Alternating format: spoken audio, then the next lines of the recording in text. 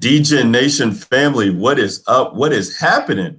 Man, we are back from hiatus. It feels like an eternity, but we are here. It's your host, Ryan Alexander _W, and I'm joined by my usual co-host and my buddy in this whole thing, Mr. Kevin Steele at Fantasy Rad 13. And Kevin, we got the Super Bowl slate, showdown slate to talk about. It's your Kansas City Chiefs, and yeah, I'll say it. It's your Kansas City Chiefs against the San Francisco 49ers. It's a 1-2 punch here. You got the best offense going against the best defense, and we are here to break down the NFL showdown slate for the Super Bowl. Not something that we usually cover showdown on the show, but because it's the Chiefs, because it's the last show of the year, we had to do it. Kev, how are you feeling right now? What's going through your mind?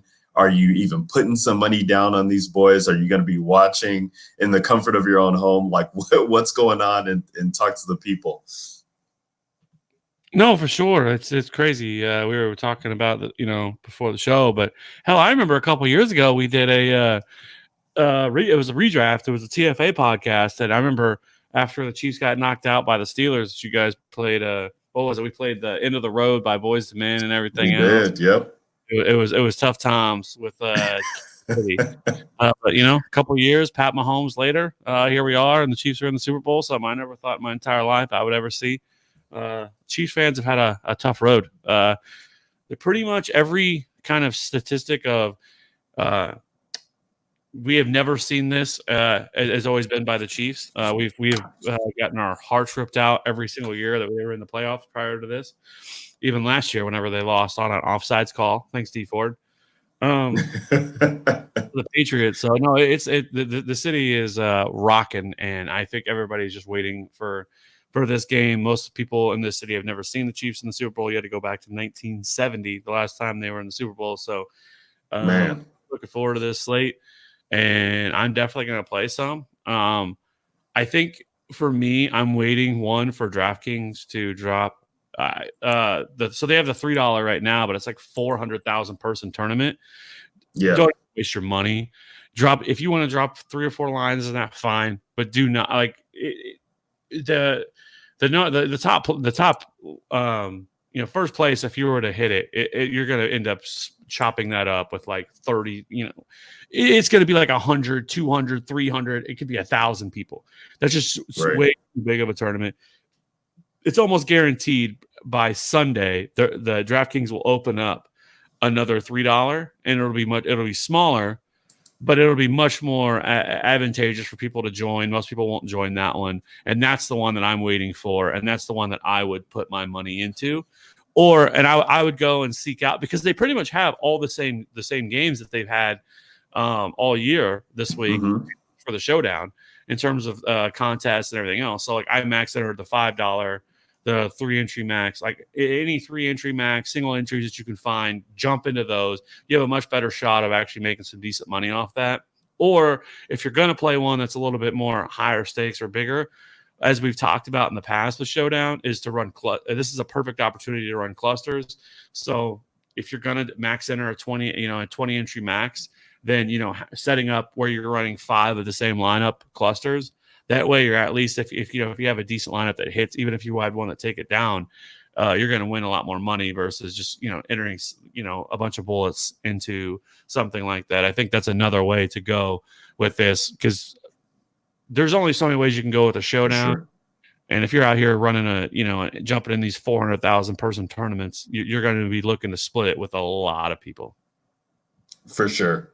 Yeah, you hit it right on the head, Kevin. You could even see here, for those of you guys watching the video here for the DGen Nation, we usually build our own, for those of you guys who are new, usually build our own tournament line that we enter in for everybody to kind of, if you want to enter it in, that's great. If you just want to use that to help yourself build your own line, that's fine. But we usually do the millie. And I talked with Kev pre-show and was like, hey, let's do one of the lower stakes tournament lines, because that's what we are both wanting to do for this Super Bowl slate because of that reason, because of there's only one game. Most people are going to be building somewhat similar lines. And when you're talking about 150 entries in, like, you're just going to be, the chances of you splitting that first place are higher. Whereas if you're getting into 3 max or a single entry, especially like, you know, the 7, even if you want to max the $3, you know, like Kev saying, I think it's almost 500,000 entries. Like, there's a $75 3 max, and I think your money would be much better spent there. Even though first place, I believe, is maybe 2K, it might be 5. I think it is 2K, but you're only going against 300 people. So, you know, your chances, if you think you have even like one off the wall play that you feel confident is going to hit, like, just try your luck there, and your payout return is going to be a little bit better because you're just going against less people if that hits. So, you know, for the people who played Sammy Watkins, like KC last week, or not last week, but against the last game against Tennessee, you know, if you have that type of play or something like that, like, please just play the single entry and try your luck, because it's hard for people. It really comes down to, it's hard for people to assess what they're going to play in a single line, what they're going to do in a single entry tournament, because they're going to want to jam in Kelsey and Kittle. They're going to want to play Pat Mahomes captain. They're going to look at all these different scenarios and how they want to attack. So single entry is key. So that's what we have here. We have the $5 NFL Showdown, 100K nickel, 3 entry max, the Super Bowl. There's so many different ways we can go. Kev, I'm excited to pick your brain on this because, for one, just because we haven't talked about a slate in a while. Two, we haven't talked about Showdown all that much together this year as well. So when we're talking about Showdown, just from an overall slate, I know there's a lot of rules, quote unquote, and perspectives that people have. So,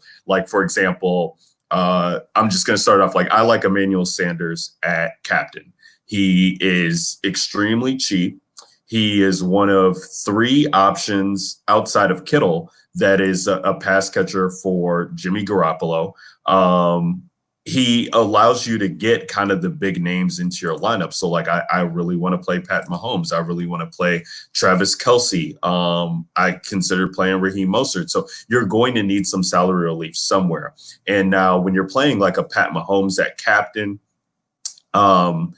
it just limits the rest of you. Like, you really need you need Pat Mahomes probably to run one in, if not 2, because if he's throwing to the pass catchers with that 1.5 bonus, it becomes that much more important for you to have the person that he's throwing to, because Kittle is getting, or not Kittle, Kelsey and Tyreek Hill and Hardman and Watkins, they're all going to get a point for every catch, plus they're going to get the 6 points for the touchdown, plus they're going to get a bonus if they had 100 yards, and so on and so forth. So their points end up being more important at the captain spot. But if Pat Mahomes does run a couple in, those are just, you know, lineup constructions that we have to discuss and talk about. So yeah, Kev, I when I was originally doing my builds, I found myself, you know, trying to figure out what ways that I can diversify my lineups that make sense, and then go from there. And so by playing Emmanuel Sanders, this is a guy who's played in the Super Bowl before.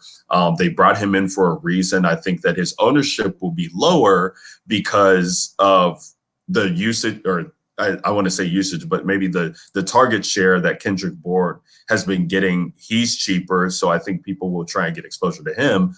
And, you know, just from a game theory standpoint, I feel like KC has the opportunity to get up to, you know, a decent lead here, or control the game with their offense if they can get some scores. And if San Francisco finds their way in a need to play from behind, then he could see an uptick in targets. Whereas the past couple of games, the San Francisco's been able to run over whomever they've come in contact with, and just had their way that way.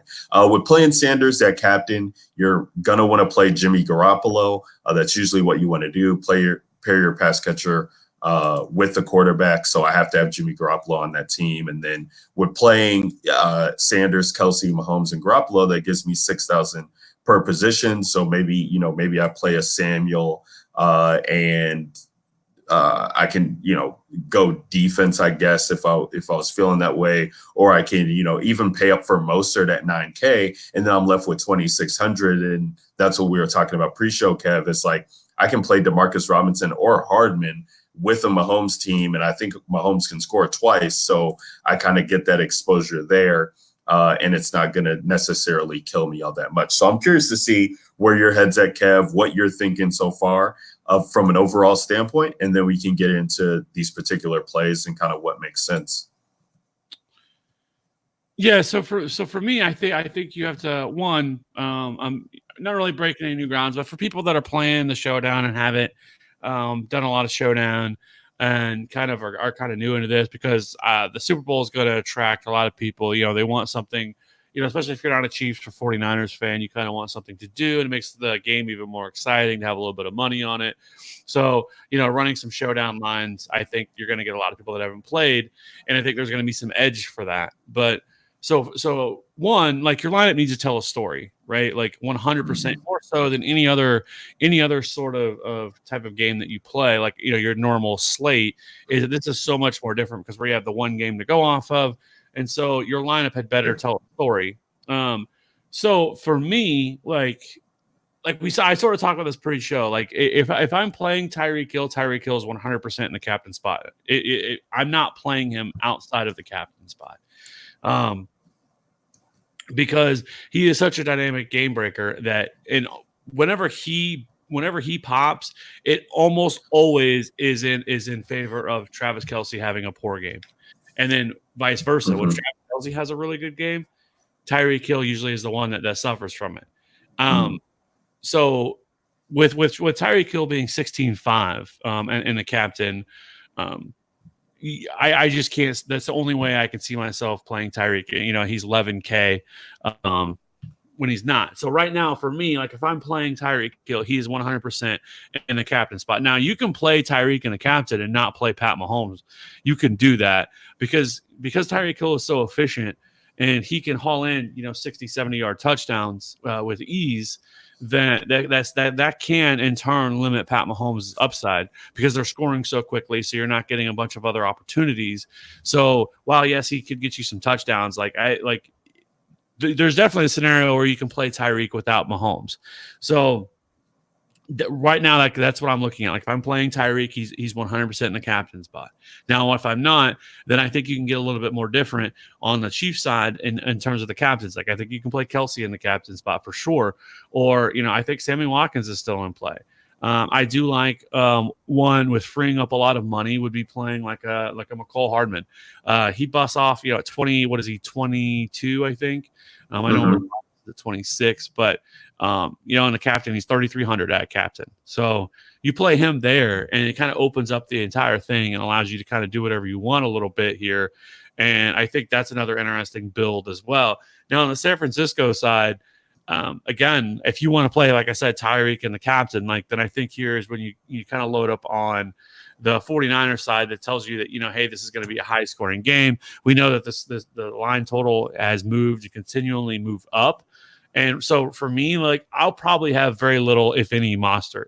He's just too expensive for me. I don't really want to. If I'm going to play running back from this game, it's going to be Damian Williams, just because of his usage in the passing game. He has kind of taken over this. But I don't love Damian Williams either. I just know that I could see him being used in some wheel routes, especially early on in this game. We know how good San Francisco's defensive line is, and they're going to try to get pressure. And I think one way they do that is by or leaving some of that pressure is by utilizing Williams, especially on those wheel routes that Andy Reid loves to do with him. So I think he's in play, but I just wouldn't be over the field on him. Right now, I'm pretty much finding myself running a lot of Kelce and Watkins in the captain spot with a little bit of, like I said, McCole Hardman, and then kind of running it back with either a Kittle. I do really like the call with Emmanuel Sanders. He's been somebody that's been kind of the forgotten man this playoffs. He hasn't really had a big game, but they really haven't needed him to. When Jimmy Garoppolo is throwing the ball 20 times a game, but at his price, it's hard not to really love that. I also like Kendrick Bourne as another salary saver at 3,400. past that, like I'm not playing, excuse me, any defenses in this game. I'm just not going to do it. I don't think that either one of them are necessary. I think this game is going to be so high scoring that I don't think that either one of them really come into play. They're definitely going to carry ownership between the two, 49ers and Chiefs. I think you probably end up seeing somewhere in the probably 20% combined ownership. And I think that's way too high for this. The only other one that like super down here, if you want to get like super weird, would probably be, you could probably talk yourself into maybe like a Kyle Juszczyk, who they use as a fullback. But the other one, like I don't know why, but I just have this weird feeling about LaShawn McCoy that they may use him a little bit more than people think. And so just having a little bit, I wouldn't go crazy, maybe 5% LaShawn McCoy. But like just having a little bit of LaShawn McCoy here, I think could be interesting. Yeah, I don't mind that at all, Kev. Kyle Juszczyk is one of those guys that I was looking at if I needed salary relief. I actually was considering putting a bet on him as an anytime touchdown scorer. I forget what his prop was that I saw on Bovada, but I feel like they get into the goal line. Tevin Coleman's banged up. Whether he plays or not, like I just can see them doing something like that. Kyle Juszczyk, I just remember like at least one Monday Night Football game with the San Francisco 49ers, like they were utilizing this dude even when it was, Breida and Coleman and Mostert like all getting work. Like Juszczyk was still getting goal line touches and all over the place. So he definitely intrigues me at his price point. You're probably at max you can hope to get out of him is 10. You're probably looking at somewhere between like 7 and 9 with the touchdown score, but it could be enough. Could be enough if you have the high profile pieces on your lineup hit where they are. Yeah, Kev. I mean, Emmanuel Sanders. I think he's definitely forgotten. Like he's 5,200. He's on DraftKings, he's 1,000 more than Harrison Butker, 1,200 more than Robbie Gold. Like this dude's cheaper than CJ Beathard. His price just doesn't make sense to me for the dynamic player that he is in this game. That regardless of maybe what you project game script to be, like if this is high scoring, he's going to have opportunities. So if you even think that this is hitting what the line is telling you, then I think having some shares of him, maybe not even at captain, but just in general, I think make a ton of sense because the salary on him is ridiculous. And this was a guy earlier on in the season where we'd probably be getting him in that 8K range that Devo Samuel's in right now. Talk to me a little bit about Sammy Watkins, Kev. I think you follow the Chiefs a little bit more closely than I do. And just for those of us who, have played Sammy Watkins through the playoffs, just because on those slates he was a cheap option to Pat Mahomes and gave you some salary relief. Is it possible for him was that just a fluke, or is it possible for him to pay off this price tag, just knowing however many other explosive options there are? Like you're playing, choosing to pay $7,000 for Sammy Watkins, who's he's out there on the field, but you have to then choose over a 7'6" Devo Samuel, an 8K Jimmy Garoppolo. Hell, even Tevin Coleman, if he is healthy, he's 6'4", and definitely will probably see goal line work if he is out there healthy. So where outside of captain exposure, how much do you think you have with him, and why is he such a strong play for you to play this week? So, I mean, I think right now you're looking at Sammy Watkins. I think that he's more of the guy that they use kind of on the underneath routes, and some of what happened last week, 2 weeks ago in Tennessee, was a little bit of a fluke. He had the 60-yard touchdown that kind of really, that really boosted him up, because you take that away, he ended up with about 50 yards on 6 receptions, right? Mm-hmm. But what he brings is they typically somebody they kind of look for underneath, and he's not really a big red zone guy. He's not somebody that's going to see tons of targets inside the red zone. So like he needed that big long touchdown run. Now at 7K, it's a little bit more. It's that how expensive he is. Like he's not as cheap as he was. Where against Tennessee he was 6,600, and then against Houston he was 5,200. So it was much easier to utilize him in that role. So I definitely will have some Sammy Watkins, but I probably won't have as much as I think. For me right now, most things that I'm kind of leaning towards is probably a Kelsey or a Hardman in the as a captain, and then the rest of it kind of playing whether you go Mahomes, and then like I said, I also think people are sleeping a little bit on Demarcus Robinson, where McCall Hardman seems to be the guy that everybody is super high on right now. And he does, Hardman does offer that game-breaking speed, somebody that can bring in, a long touchdown, but so is Demarcus Robinson. Like people forget how explosive he can be as well. And somebody that can house call at any moment, where I think there's going to be at least 5 to 10% ownership, and in terms of ownership gap between the two of them.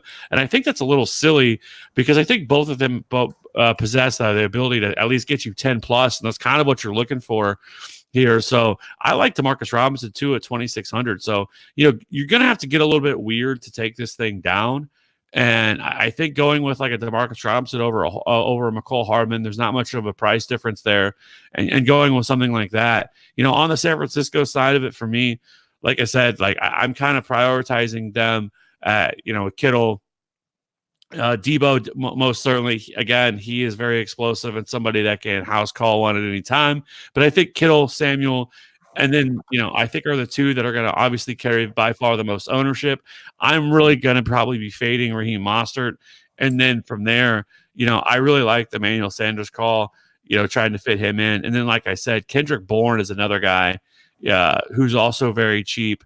I don't know what to make about his target share here. Last week or in the NFC Championship game, he only had one target, but it's so hard to go off of because they haven't had to throw the ball. But I mean, I think he's somebody that you can probably feel relatively comfortable in the fact that I think he's going to have to throw. He's probably going to see 3 to 5 targets if this game shoots out like everybody expects.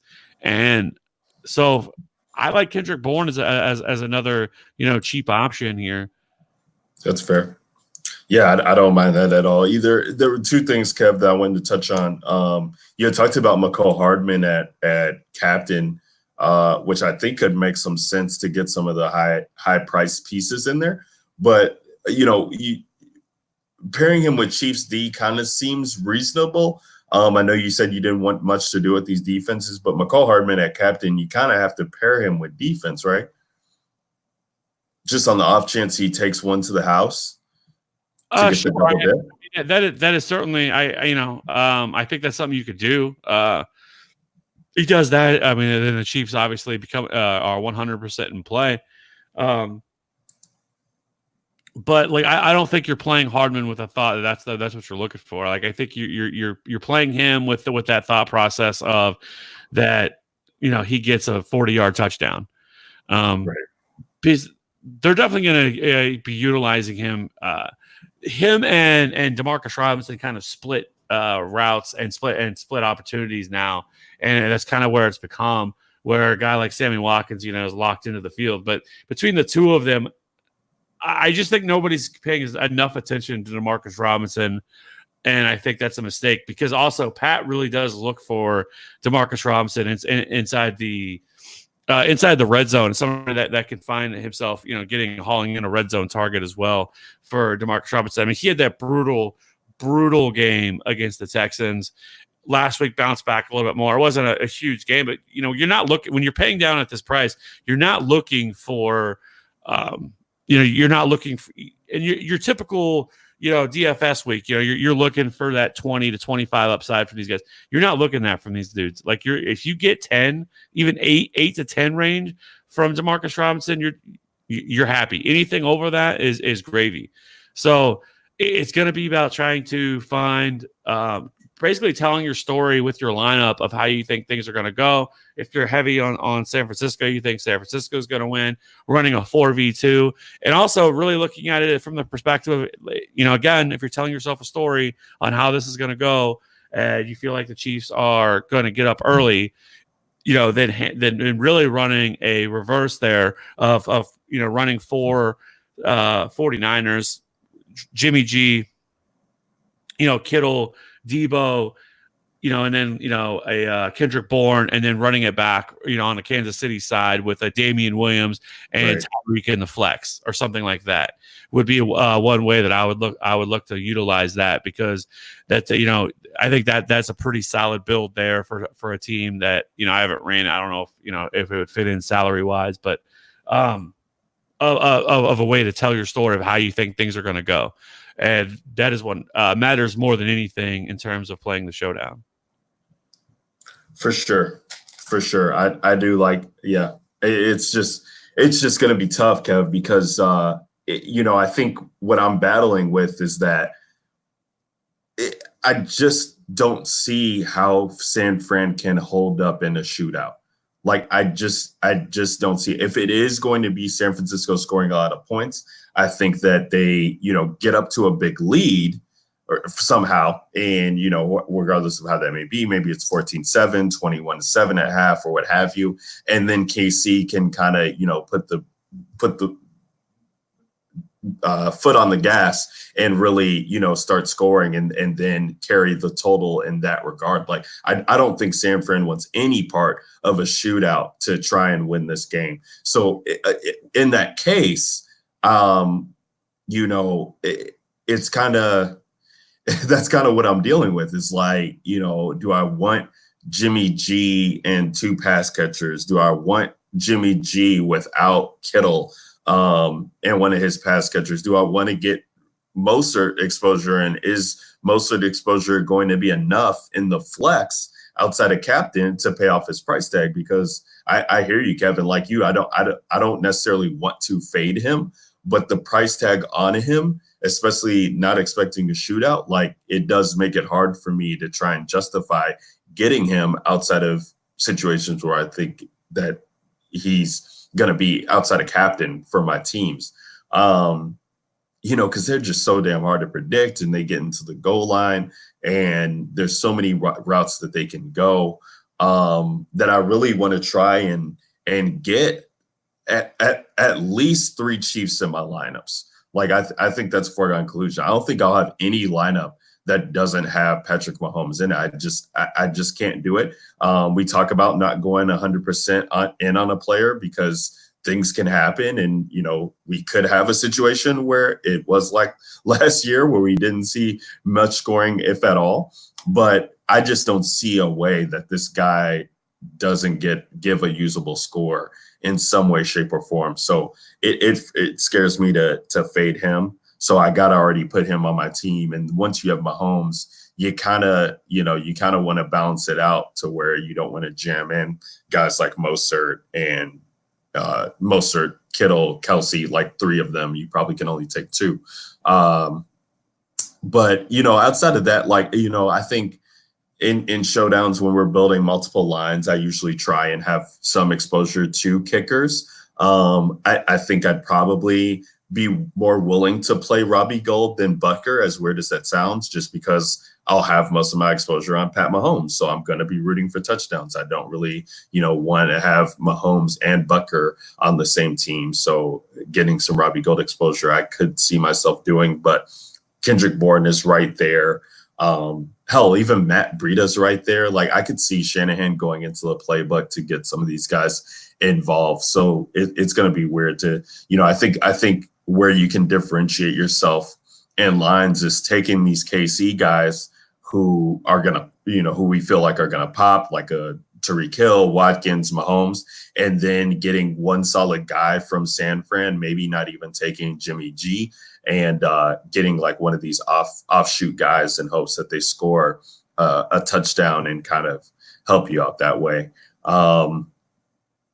Who else did I want to touch on here, Kev, as we're looking at these lines? When we're talking about Devo Samuel. He's really come on strong here, the rookie, for Jimmy G. And even with them not having to pass much at all, I mean, the most targets he's seen, hasn't seen double-digit targets since week 11.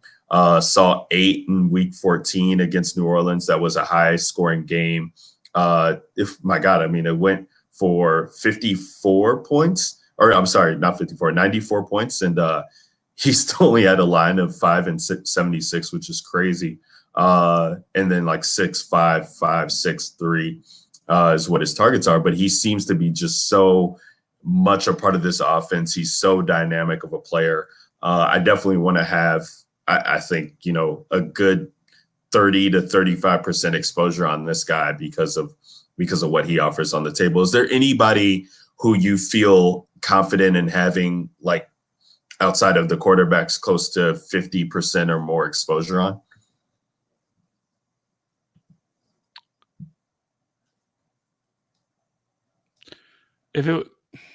So for me, it would be Kelsey on the Chiefs side, which, breaking news. And then on the 49ers side, I really found myself getting the most of Kittle and Devo. The other thing with Devo Samuel that he kind of provides is he also had they utilize him as a ball carrier as well. I mean, he's had a carry in every single game going all the way back to week 12. I mean, he's had at least one attempt, and he's been pretty explosive at doing it. So that's another way that he can kind of provide a little bit more upside as well, even though they're not getting the ball as much. So, but like I said, I think Emmanuel Sanders is a very solid pivot off of him, and yeah, I don't think he's going to carry the ownership because I think everybody's going to want to pay up for these top of the line guys, and I don't think people are going to have the money to be able to get back up to Emmanuel Sanders, because it was really, once you get past Hardman and Demarcus Robinson and the Kendrick Bournes, like, it's pretty thin, right? Like LaShawn McCoy, there's a possibility he sees 5 to 10 touches in this game. There's also the possibility he sees 0. And, same with Juszczyk or Jeff Wilson or, guys like this that, Ross Dwelly gets some random, opportunity, or, it's just being the Super Bowl. Like, these guys are going to roll out all different kinds of things. Like, people are going to tilt their face off if Anthony Sherman catches a 20-yard touchdown, as a fullback. And where, he gets, but most of those are very low outcome opportunities. And so, like, I feel like there's going to be a lot of very similar builds, and I think people are just going to overlook Emmanuel Sanders, and I don't think he's going to carry the ownership that he probably should. And I think he could be very well the key to this slate. And somebody, even if running him as captain, like on the San Francisco side, I think is super interesting. And because, like I said, when you're building, you kind of just don't have the opportunity to get to him because everybody's going to want to play Tyreek or Kelsey, and right. And then the Kittle. So I just don't think people are going to be able to get to them. And I think he's a very interesting pivot off of a Devo Samuel or George Kittle. I hear you, Kev. I'm just looking to see scenarios here and make sure we touch on everything before we get into building this team. Is there any? I know you don't want to play Mostert. You want to fade him. Would it be possible? Could you see yourself building some lines where you have McCoy and Williams on a team? Do you think that would pay off at all? Are there any other, like, where you find yourself, I guess, doubling up on the positions, whereas like receiver is usually the position that all people will do that from, but like Kelsey and Kittle on the same team, Williams and McCoy on the same team, Mostert and a Coleman or Juszczyk on the same team. Like, can the points come from the ground that way, you think, in bunches enough to where it'll make sense? Not on the Kansas City side. I would be very shocked. I mean, that would tell me that the Chiefs got up very quickly and early on the 49ers, and they were, playing more ball control. But again, when you're not really looking for a ton. So if LaShawn McCoy, caught a 30-yard touchdown or, a 30-yard wheel route and brings it into the end zone, then, he's definitely going to be probably in the winning lineup. Because it's not going to take a whole lot. So, and he's 2,100. Nobody's going to play him, but it's a very low. It's a very low probability play just because they just haven't utilized him. I mean, Davian Williams has just soaked up every opportunity, and whether it's been through the air or on the ground. So I don't know. There's something about this game tells me a little bit that I just have this feeling that they're going to try to utilize LaShawn McCoy a little bit in this game. But if I'm going to play two running backs, it's going to be on the San Francisco side, and it would be the Mostert and the Tevin Coleman or even a Matt Breida. But I definitely do it on the Kansas City side. Yeah, that's kind of what I'm thinking too. And last thing, Kev, quarterbacks at captain. How you feeling about that this week with the high scoring game? There's going to be probably more exposure. There's probably going to be more quarterbacks at captains than we're used to seeing in Showdown. One, because Mahomes is on site, and two, just because of the high total that there is. So I think there does come some merit in just not building any lineups that have the quarterbacks at captain. How do you feel about the quarterbacks at captain this week? Yeah, I mean, if you just kind of look at how often quarterbacks finish inside the captain, like it's very, very low probability that end up being in the winning lineup where a quarterback is the top scorer, unless you're talking about like a Lamar Jackson or something like that, where somebody can get you yards on the ground. Where, I mean, Mahomes could end up getting 30, 40 yards rushing, but that's not enough to really change anything. So unless Mahomes gets a couple rushing touchdowns, like it is very low probability to have him in the captain spot. So I would always much rather play a wide receiver in the captain, or tight end than I would want to play, somebody like that. So I likely will have zero of quarterbacks in the captain spot. Okay. Good deal. Fair enough. All right, Kev. Well, let's it's a 1-game slate, so I think we talked about the scenarios that we really needed to hit on. Unless you have something else, let's get into building this team. No, it works for me. All right, so we got the captain, and then we got 5 flex positions. I think for right now, I'm just gonna say, and I'm not gonna do captain, but I'm just gonna put Pat Mahomes in the flex. I think we both feel confident in having him on our team. I think he's definitely going to be one of the pieces you need to have. You have to pick 6, and so if we're going to fade one, I don't think we want to fade Mahomes. So I'm going to go ahead and put Pat Mahomes in the flex spot. All right. Well, let's run. Well, we'll run Kelsey as a captain. Kelsey as captain. All right. So we got Kelsey in a captain. He's going to be our 1.5 guy. That leaves us 57.50 per player. We both like this guy, so let's just go ahead and throw it in, get exposure to the other side, and Emmanuel Sanders at 52. Throw him in now. We got 3 positions left, 5.9 per, which is pretty decent. All right. I'm going to play Kittle. Oh, man. Let's go with it. All right. So Kittle's 8.4. That leaves us 47 per player. Thought about playing Garoppolo at 8K, but then it gets ugly. Well, you know what? Let's do it. If we're playing 2 pass catchers, let's play Jimmy G. See what you can do with that 1,400, Kev.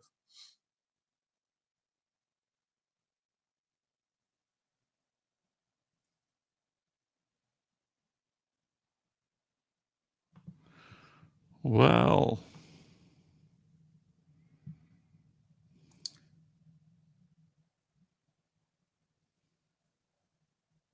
I guess I'll only leave Shady McCoy. I mean, yeah, I mean, so the only other thing that we could do would be, because we could go $2,200 Hardman and then have $7,200 left, and that would allow us to either play Watkins or Tevin Coleman. Right, which I don't feel good about Coleman at this point. Let's do Hardman and Watkins for now. I think you could talk yourself into, you're playing Kelsey at captain, so you at least want 2 touchdowns. I feel like probably the 100-yard bonus, and then if Mahomes gets another one to somebody else, you're hoping that's Hardman. I feel confident in that. You're hoping that you're getting most, if not, but 70% of the work from the San Francisco passing attack from being back. And if they, maybe they both end up scoring, but Jimmy G doesn't throw one to somebody else, I think it's a safe and fair team to come up with. So we got Kelsey at captain. We got Pat Mahomes, Emmanuel Sanders, George Kittle, Sammy Watkins, and McCole Hardman all in at flex. And that's our team. So let's go ahead and enter this in. Kev, you got any final words for anybody? This is the last DJ Nation pod of the year. It's crazy. Can't believe the year is pretty much done and over with, but it's been a fun one.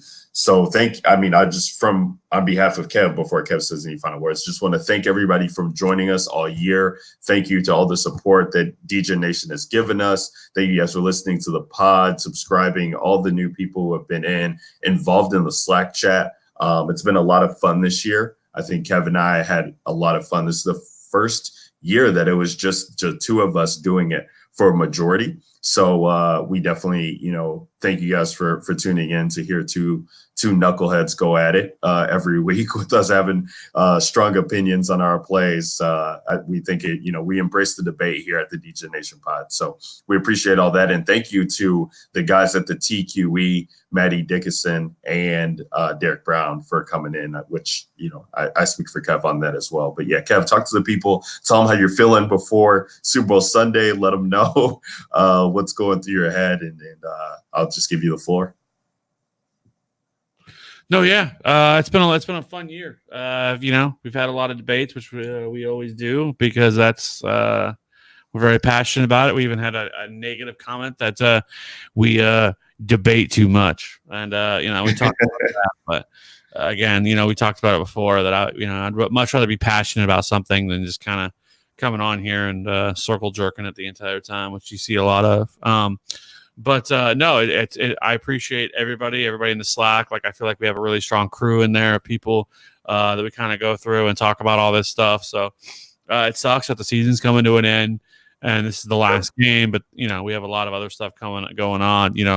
We'll still be playing other sports. So, I'm a big NASCAR guy too. I love playing NASCAR. And Daytona 500 actually is like 2 weeks. Yeah, I think it's 2 weeks from Sunday. So, and then the next weekend is the Clash, so Daytona 500 is easy money. So if you've never played NASCAR, you can hate NASCAR, never followed it, don't know nothing about it, and you can play the Daytona 500. Like it is. There's pretty much a set strategy, and more and more people have caught on to it. But it's a lot of fun. So I'll have to play some NASCAR. Love me some NASCAR, DFS. But so anyways, I am looking forward to it. This game is going to be amazing, and it's cool that my boy, who turns 9 in May, is going to be able to check. Is seeing the Chiefs in the Super Bowl. Must be nice to only have to have went through almost 9 years of your life to be able to get it. So that's good. So anyways, but no, like I said, I really appreciate everything. We have the TFA podcast going on. We have a lot of guests lined up for that. We're breaking down, the incoming rookie class and everything else, kind of more of a dynasty spend right now. But so yeah. And then, we can't have a Super Bowl podcast without talking about the food. So what are you excited about in terms of just like getting down on and crushing this weekend? Man, you know what? It's going to be crazy because we're going to, this is I think the first time that my now fiance and I are going to be at the future in-laws. for the Super Bowl party. So not doing it with friends, doing it with family this year. So I'm sure there's going to be an exciting spread. I don't know what to expect, but I love game day nachos, love getting into like the mini stuff. So like, mini quesadillas, the wings, any type of just like finger food that's just like quick. I don't want like a big dinner. Like you just need to have like little things all throughout the day to just keep it moving. And because the game's so early too, it's 5:30, which usually doesn't start until like a half an hour or so after that. But still, like, I just like to just be snacking on stuff all day and maybe just get a big breakfast in and then handle all the rest with the Super Bowl stuff. How about you, Kev? Yeah, I completely agree. Love, the wings are a must have. Dips, love some dips, whether it's like queso or like jalapeno popper dip. Like there's all kinds of good stuff out there. So I 100% agree. I'm not a big drinker anymore because I'm a little older now, but I'm definitely going. We were talking about this today at work. I'm like, I'm not going to be drinking at the Super Bowl at all. Like, wow. I need to experience this. I need to enjoy it. I would be so mad at myself if I got like hammered and wasted and like didn't get to like really enjoy the full, and like remember all of it and everything else. Like I've been waiting my whole life. Yeah. And like when I say that, like I mean that. And there's a lot of people around the city that have been waiting our whole lives to see the Chiefs in the Super Bowl. So I'm not gonna ruin it by getting hammered. Like if they win, okay, we're getting turned up. Power and Light's gonna be popping. The whole city's gonna be popping. There's gonna be all kinds of babies born on conceived on Sunday. A lot of boys named Patrick. A lot of boys named Patrick going to be coming out too. Yeah. That's funny. I don't even want to get you thinking about it or Jason, but just is Monday off for you right now? Like, it is. I took it off 3 weeks ago. So yeah, okay. I'm already off. Like I ain't got to worry about it. That's what's up. Hey, that's what's up. For those who don't know Kev grinds at work. Like he's in there early, stays later than he probably should. And I haven't heard of you taking a day off, but I mean, this is a holiday for you, so you definitely deserve it. I know. I'm looking forward to it. Should be good. Man, well, thank you guys so much for joining us. Like we said, all season long, the DFS DGen Nation podcast. You can find us at DGen Nation Pod on Twitter. You can find me on Twitter at @RyanAlexander_W. You can find Kevin on Twitter at FantasyRad13. And even though the season's coming to the end, it doesn't stop here. So we're going to be thinking about ways in 2020 to come back better than ever with the DGen Nation Pod here come August. And in the meantime, we hope that you guys stick around. We hope that you guys, keep following along as we, like Kev said, we'll be still in the Slack chat talking about other DFS sports, NBA, NHL, or not NHL, excuse me, NASCAR and MLB. Probably not NHL unless somebody wants to come in and learn us a thing or two. And that way we can build some lines. But other than that, it's been a fun year, guys. We can't thank you enough. Good luck to you guys. Good luck on Sunday. Remember to be cautious with how you're building those lineups. Don't go crazy. It is still a one-game slate, so you don't want to be burned with Kyle Juszczyk scores twice. But we wish you guys best of luck taking down GPPs, and we'll see you guys next year, 2020. Until then, we out. Peace.